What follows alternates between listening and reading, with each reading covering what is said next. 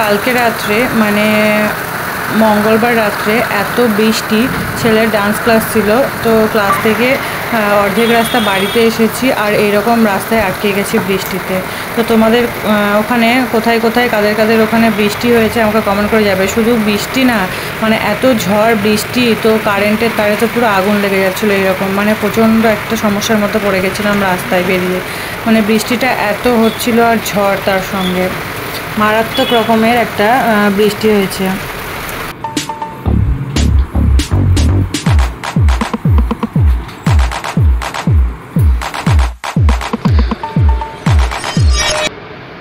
So hello everyone, good morning সবাইকে।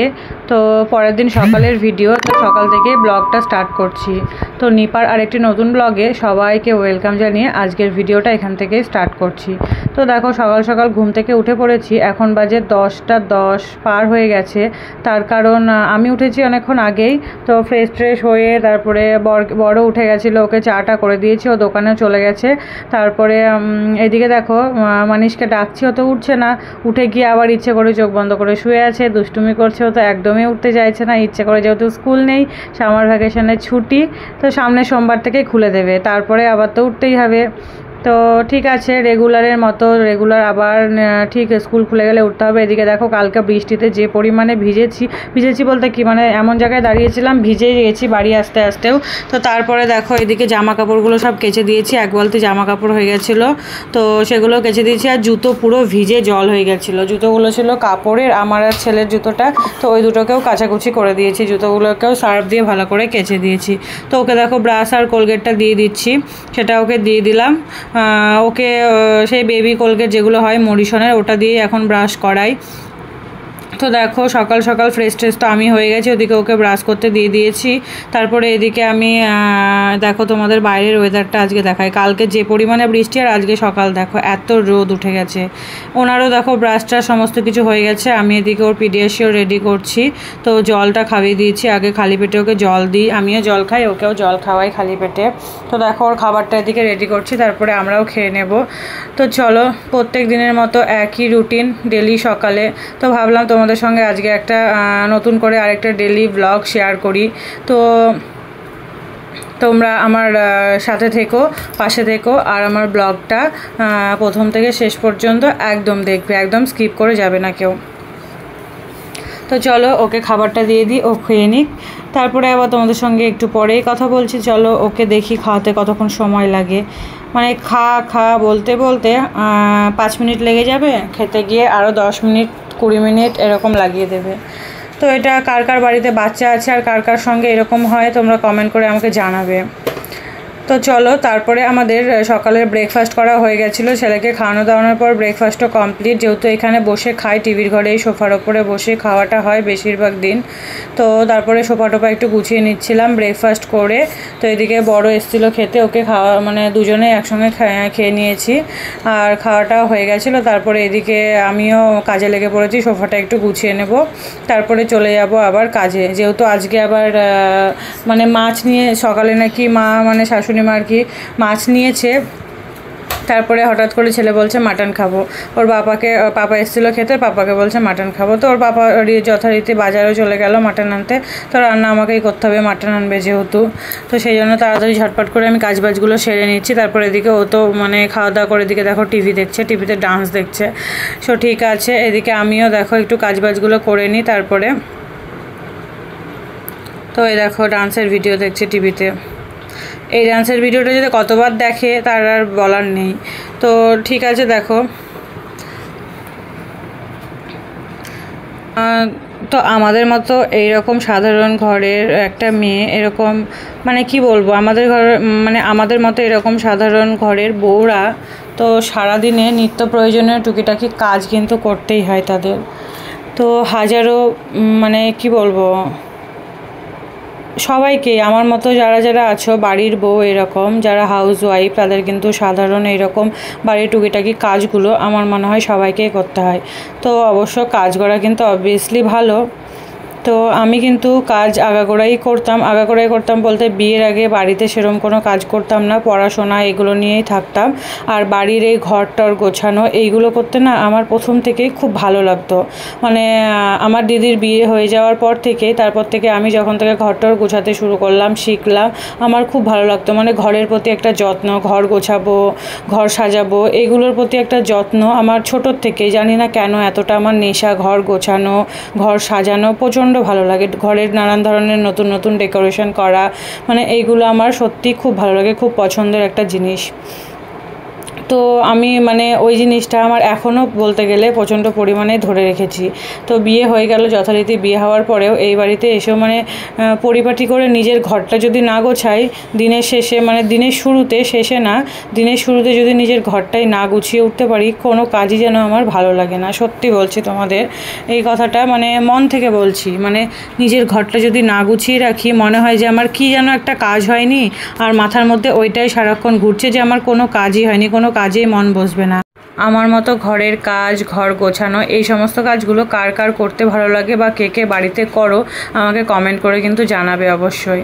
তো দেখো সকাল থেকে তো টুকিটাকি কাজ করছি বলতে ওই যাই হোক নিজের কাজই আর কি, সকাল থেকে টুকিটাকি হচ্ছে। তো এদিকে আবার মানে বর তো গেছে মাটন আনতে, মাংস আনতে গেছে, এদিকে আমি ঝটপট করে বিছানাটা গুছিয়ে নেব, ঘরটাও গুছিয়ে নেব। তার কারণ রান্নাঘরে যদি একবার ঢুকে পড়ি রান্না করতে, তাহলে আর কিন্তু বেরোনোর উপায় নেই। মানে ভালোও লাগে না, রান্না ছেড়ে আসতে এদিকে আর ইচ্ছে করবে না, যেহেতু রান্না করতে নিলে ওই দিকেই মনটা থাকবে পড়ে। সেই জন্য ঘরটা পুরোপুরিভাবে ফ্রেশ করে ঘরটার গুছিয়ে তারপরে রান্নাঘরে যাব, ততক্ষণে মাটনটা চলে আসবে বাড়িতে। তো এই হলো সকালকার আজকে কাজ।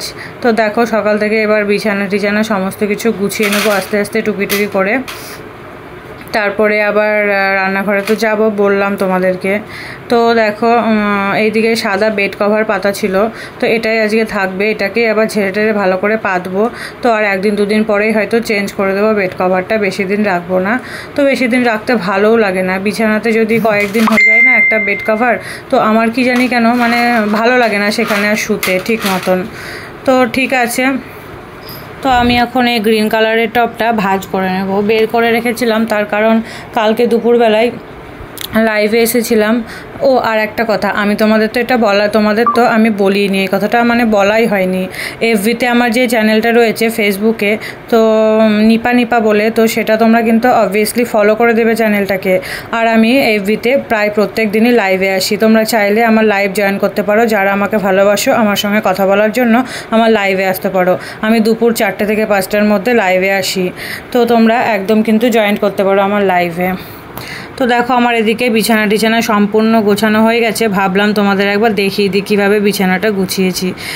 মানে বিছানাটা যদি টানভাবে সারাদিন থাকে তাহলে মনটা সত্যিই ফ্রেশ থাকে, কিন্তু আমি যেরকমভাবে গুছিয়ে যাচ্ছি এরকম কিন্তু থাকবে না, কিছুক্ষণ পরে আবার উল্টোপাল্টা হয়ে যাবে। তো সেটা সবার বাড়িতেই হয়। তো দেখো তোমাদের আমি একটা জিনিস দেখাই। এই যে এসি আছে, এসির ওপরে ঠিক পাশের এই দেওয়ালটাতে এইখানে না এই যে একটা এই আঠা টাইপের যে হ্যাঙ্গারগুলো হয়, এইগুলো লাগাতে গিয়ে এই জায়গাটায় লাগিয়েছিলাম, ওই স্মাইলটার ওখানে লাগিয়েছিলাম, দিয়ে এতটাই নিচে লাগছিল, উঠাতে গিয়ে দেওয়ালের রং সমেত, মানে দেওয়ালে যে পুটি করা থাকে এই পুটি সমেত উঠে চলে এসেছিলো। তো তারপরে ওইটাকে মেকআপ দেওয়ার জন্য এরকম স্মাইলিগুলো আমি লাগিয়েছি। কেমন হয়েছে তোমরা কিন্তু কমেন্ট বক্সে আমাকে কমেন্ট করে জানাবে। তো চলো ফাইনালি আমি এদিকে দেখো কথা বলতে আবার চলে এসেছি রান্নাঘরে এসে দেখো মাটন চলে এসেছে। মাটনটা ধুয়ে নেব, ধুয়ে মাখিয়ে টাকিয়ে রেখে দেবো, তারপরে সমস্ত কিছু কাটাকুটি করে নেব, দিয়ে তারপরে রান্না করতে স্টার্ট করে দেবো। যেহেতু বেলা অনেকটাই হয়েছে, তার আগে মা ওদিকে রান্না বসিয়ে দিয়েছে, শাশুড়ি মা। তো হচ্ছে যেহেতু মা মাংস খায় না, তো মানে আর কি কিছু রান্না করবে মার জন্য আর কি, তো ওগুলো মা করে নিচ্ছে, আমি লাস্টে মাংসটা আর ভাতটা করব। তো চলো এদিকে মাংস আমার ধোয়াধুয়ি হয়ে গেছে, এবার মাখিয়ে নেব, মাখিয়ে রেখে দেব। তো তোমাদের সঙ্গে পুরোটাই শেয়ার করব, তোমরা দেখতে থাকো ভিডিওটা প্রথম থেকে শেষ পর্যন্ত। ছোটোবেলায় আমি যখন পড়াশোনা করতাম তখন না মানে এক সময় কিছু মানে এক ধরনের একটা চিন্তা ভাবনা হতো মাথার মধ্যে, যে আমার প্রচণ্ড ইচ্ছে করছে আমি বড় হয়ে যেন, মানে একটা মনের আশা হয় না, যে আমার তখন এমন একটা সময় এসেছিলো, তখন মনে হতো যে আমি পড়াশোনা ভালো করে বড় হয়ে আমি স্কুল টিচার হব। মানে এতটাই ইচ্ছে হতো আমার স্কুল টিচার হওয়ার জন্য। খুব ভালো লাগতো ওই মানে জিনিসটাকে, যে আমি টিচার হব, টিচারই করব বা সবাইকে পড়াবো, মানে হয় না শাসন একটা ব্যাপার থাকে। যেহেতু স্কুলে আগে মনিটর হতাম, তো তখন থেকেই আমার মনের মধ্যে একটা আশা জেগেছিলো যে আমি স্কুল টিচার হব। তো সেইভাবে সেই আশাটা পূরণ হয়নি বা নিজেও করিনি, তার কারণ পড়াশোনা তো করেছি, পড়াশোনা করতে করতে আমাদের মতো মধ্যবিত্ত ফ্যামিলির মেয়েদের খুব তাড়াতাড়ি বিয়ে হয়ে যায়। তো আমার বাবাও সেই মতোই আমার দিদিকে বিয়ে দিয়ে দিয়েছে তাড়াতাড়ি, আমারও বিয়ে তাড়াতাড়ি হয়ে গেছে। তাড়াতাড়ি বলতে এইচএস দিয়েছি, তো উচ্চ মাধ্যমিক দেওয়ার পরে উচ্চ মাধ্যমিক রেজাল্ট বেরোলো, রেজাল্ট আউট হওয়ার পরেই আমার বিয়ে ঠিক হয়েছে। তারপরে বিয়ে ঠিক হওয়ার পরে আমি কিন্তু কলেজে ভর্তি হয়েছিলাম। তো কলেজে ভর্তি হলাম, তারপরেই আমার কিন্তু বিয়ে হয়ে গেছে। তো বিয়ের পরে আর পড়াশোনাটা এগোয়নি, মানে শ্বশুরবাড়ি থেকে ফুল পারমিশন ছিল পড়াশোনা করার জন্য। কিন্তু মানে পরে না আমি কলেজেও গেছি একদিন, তবে কার সাথে জানো, আমার বরের সাথে একদিন গেছিলাম কলেজে বিয়ের পরে। বিয়ের আগে একদিন দুদিন ক্লাস করেছি কলেজে, আর বিয়ের পরে বরের সাথে একদিন গেছিলাম কলেজে। কিন্তু সেইভাবে আর ক্লাস করা হয়নি, মানে নিজের মন থেকেই চাইতো না যে আর পড়াশোনা করি, কেমন একটা ল্যাথার্জি ভাব চলে এসেছিলো, যে মানে আর ভালো লাগতো না যে পড়াশোনা করব, এই জিনিসটা আর ভালো লাগতো না বিয়ের আগে। তারপরে আবার আমার মাকে আমি এই কথাটাও বলতাম যে মা, আমি বড় হয়ে বিউটিশিয়ান হব, মানে সবাইকে সাজাবো, মানে পার্লারের যে সমস্ত কাজগুলো হয় বিউটিশিয়ান হব। তো এই জিনিসটা আমি খুব বলতাম, কিন্তু কোনোদিনই সেটা স্বপ্ন পূরণ হয়নি বা করার চেষ্টাও করিনি। তো আমাদের ফ্যামিলি থেকেও সেরকম অতটা কেউ ইয়ে করতো না বলতে বিয়ে দিয়ে দেবো এই চিন্তাভাবনাটাই মাদের প্রতি বেশি ছিল, মা বাবার প্রতি। তো যেহেতু দাদাও ছিল, তবে দাদা চায়নি অত অল্প বয়সে বিয়ে দিতে আমাকে, যেহেতু আমার দিদিকেও খুব অল্প বয়সে বিয়ে দিয়েছে, কিন্তু আমাকে যে অতটাও অল্প বয়সে বিয়ে দেবে সেটা আমার দাদা চায়নি। কিন্তু পরে কি আর করা যাবে, দিতে হবেই, যেহেতু মা বাবা মানে দেবে বলে রাজি ছিল। তো আমিও আর অমত করিনি, মা বাবার কথা মতো আমিও বিয়ে করে ফেলেছি। তো সেরকম আর কোনো কিছু মানে অসুবিধা হয়নি, তবে বিয়ের পরে আমি খুব ভালোই আছি। তবে হ্যাঁ, এখন মনে হয় বিয়ে হয়ে ভালোই হয়েছে তাড়াতাড়ি। কিন্তু বিয়ের পরেও কিন্তু আমার সেই আগেকার যে কথা ওই যে বললাম, আগে বলতাম বিউটিশিয়ান হব, বিয়ের পরে কিন্তু আমি বিউটিশিয়ান কোর্সটাও করেছি। তবে আমার শ্বশুর যখন আমার ছেলে যখন হলো, আমার ছেলের প্রায় 3 মাস কি 4 মাস বয়স, 4 বছর না, হ্যাঁ 4 মাস যখন বয়স, তখন আমার শ্বশুরমশাই আমাকে বিউটিশিয়ান কোর্স করানোর জন্য পার্লারে ভর্তি করায়, মানে ক্লাস করানোর জন্য 12,000 টাকা দিয়ে একটা কোর্স ছিল, 12,000 টাকার, সেটা আমাকে ভর্তি করিয়েছিল আমার শ্বশুরমশাই। তবে আমার বরেরও সহমত ছিল, সবারই বাড়ি থেকে মত ছিল। যথারীতি কিছু কারণের জন্য 8 মাস ক্লাস, মানে 1 বছরের একটা কোর্স ছিল, 8 মাস কি 9 মাস ক্লাস করার পরে আমি আর ক্লাসটা করতে পারলাম না, যেহেতু ছেলেকে রেখে যেতে হতো বাড়িতে। এবার ছেলের বয়স তখন 4 মাস 5 মাস এরম বয়স ছিল। তো সেই জন্য আমি আর যথারীতি করতে পারলাম না ক্লাসটা, মানে ছেলে একদিন হঠাৎ করেই মানে খুব একটা প্রবলেম হয়ে যায়। তো কি প্রবলেম না প্রবলেম, তোমরা যদি মানে সব কিছু ডিটেলসে জানতে চাও তাহলে আমাকে কমেন্ট বক্সে কমেন্ট করো, কারা কারা জানতে চাও ডিটেলসে যে কেন আমি বিউটিশিয়ান কোর্স করেও মানে নিজে বিউটিশিয়ান হতে পারিনি বা একটা পার্লার খুলতে পারিনি, সেটা তোমরা কমেন্ট বক্সে কমেন্ট করো, আমি অবশ্যই তোমাদের এই নিয়ে একটা ভিডিও দেবো। তো চলো, তোমাদের সঙ্গে কথা বলতে বলতে মানে আজকে ভিডিওর মধ্যে অনেক কিছুই আমার লাইফের অনেক একটা স্পেশাল পার্ট বলতে পারো তোমাদের সঙ্গে শেয়ার করে ফেললাম। আরও সমস্ত কিছু জানার জন্য যদি তোমরা ইচ্ছুক থাকো তাহলে আমাকে কমেন্ট বক্সে কমেন্ট করো, অবভিয়াসলি তোমাদের সঙ্গে শেয়ার করব। তো চলো, এদিকে কথা বলতে বলতে আমার অনেকটা কাজ এগিয়ে গেছে, এদিকে মাটনটাও রেডি করা, মানে রান্না করব, সেই জন্য সমস্ত কিছু কেটে নিচ্ছি। দেখো বসে পড়েছি পেঁয়াজ রসুন আদা সমস্ত কিছু নিয়ে। দেখো এদিকে আমার সমস্ত কিছু কাটাকুটি করা হয়ে গেছে, আলু রসুন আদা পেঁয়াজ রসুন মানে সমস্ত কিছু। পেঁয়াজগুলো আমি দেখো এরমভাবে কেটেছি, তার কারণ একটা পেঁয়াজ কুচো কুচো করে কাটার একটা জিনিস আছে, ওটা দিয়ে পেঁয়াজটাকে কাটবো। তারপরে দেখো কাটাকুটি করার পরেও আমি এদিকে ছেলেকে স্নানটা করিয়ে দিয়েছি মাঝখানে, যেহেতু রান্না করতে ঢুকলে আর স্নান করাতে আসতে পারবো না, আর স্নানের টাইমও হয়ে গেছিলো। ওদিকে পেঁয়াজটাও কেটে নিয়েছি, আলু ভাজা হয়ে গেছে। তো আলু ভাজার তেলের মধ্যে আরও কিছুটা তেল অ্যাড করে দিয়েছি, এবার পেঁয়াজটা ভেজে নেবো, দিয়ে মাটনটা রান্না করব জলদি, যেহেতু দুপুরের টাইম মানে খাবার টাইমটা অনেকটা লেট হয়ে যাচ্ছে, আজকে অনেকটা দেরি হয়ে গেছে রান্নাবান্না করতে। তো চলো রান্নাবান্না হোক, তারপরে আবার তোমাদের সঙ্গে দেখা করছি। এদিকে রান্নাটাও করা হয়ে যাবে।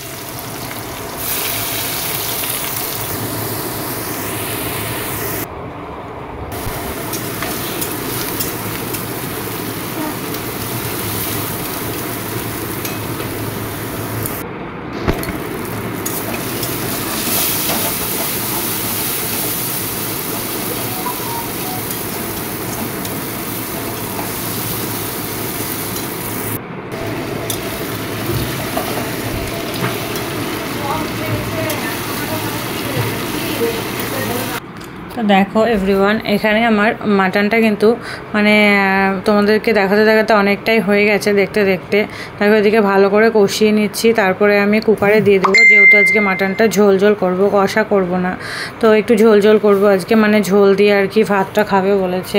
তো ঝোল ঝোল একটু আজকে করবো ভেবেছি, আলু দিয়ে আর গোটা গোটা রসুন। মাংস হলে কিন্তু রসুনটা মাস্ট আমাদের লাগবেই বাড়িতে সবার, আমার বরের, আমার শ্বশুরমশাইয়ের, মানে তিনজনেরই লাগবে। যেহেতু আমার ছেলে শুধু রসুনটা খায় না, তবে মাংস ওর ফেভারিট, তো ওর জন্যে আর কি মাটনটা আজকে আনা হয়েছে। তো দেখো এদিকে মাংসটা আমি মানে পুরো ভালোভাবে কষিয়ে নিচ্ছি, কষানো হয়ে যাবে। এদিকে আমি ওপাশে কুকারের মধ্যে গরম জলও বোধহয় বসিয়ে দিয়েছি, তোমাদের দেখাচ্ছি একটু বাদেই। দেখো মাংসের কালারটা এখনই কত সুন্দর এসেছে। তো কুকারের দিকে দেখো গরম জল বসিয়ে দিয়েছি। তো মাঝখানের দিকে দোকান থেকে বড় চলে এসছে, শ্বশুরমশাই মানে বাবাও চলে এসেছে। আর বাথরুমের জন্য যেই ওয়াশরুমের যেই টয়লেট ওডোনিলগুলো হয় সেটা নিয়ে এসেছিলো, তো ওটা ছিঁড়ে নিয়েছি, বাথরুমে রেখে আসবো এবার। তো ওইদিকে দেখো মাংসটা আমার রান্না করা হয়ে গেছে। তো ফাইনালি দেখো দুপুরবেলায় স্নান ধান করে খাওয়া দাওয়া করা সমস্ত কিছুই কাজ কমপ্লিট। মাঝখানে আর ভিডিও কোনো ক্লিপই নিতে পারিনি। তারপরে একটু রেডি হয়ে গেছিলাম লাইভে আসার জন্য। তো আমার এফবিতে লাইভে তোমরা জয়েন করো অবশ্যই, সবাইকে এফবিতে লাইভে ওয়েলকাম। তো আজকের ভিডিওটা আমি শেষ করে দিচ্ছি। তো তোমরা ভিডিওটা প্রথম থেকে এন্ড পর্যন্ত একদম দেখবে, একদম স্কিপ করে কেউ যাবে না। অনেক কিছু তোমরা দেখতে পাবে ভিডিওর মধ্যে। আর আমাকে কমেন্ট করবে ভিডিওগুলো কেমন হচ্ছে না হচ্ছে, অবভিয়াসলি ভিডিওটা কেমন লাগলো সেটাও কমেন্ট করবে। আর তোমরা লাইভে জয়েন করো অবশ্যই, আমি সবাইকে ওয়েলকাম জানাচ্ছি লাইভে জয়েন করার জন্য। আর আমার চ্যানেলটাকে যারা এখনও সাবস্ক্রাইব করোনি অবভিয়াসলি সাবস্ক্রাইব করে দিও। তো আজকের মতো এখানে টাটা, দেখা হচ্ছে নেক্সট ভিডিওতে।